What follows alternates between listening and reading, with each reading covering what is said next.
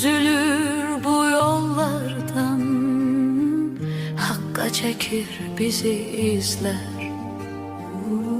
Deniz üstte izi kaldı, dalgalar heyranlık saldı. Korkunu canlardan aldı, iman dersi verir izler. Adım adım İsa gelir, ruhumuza şefa gelir.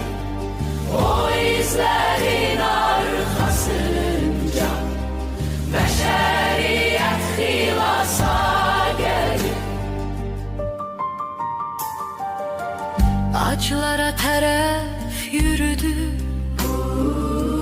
merhamet yeri bürüdü.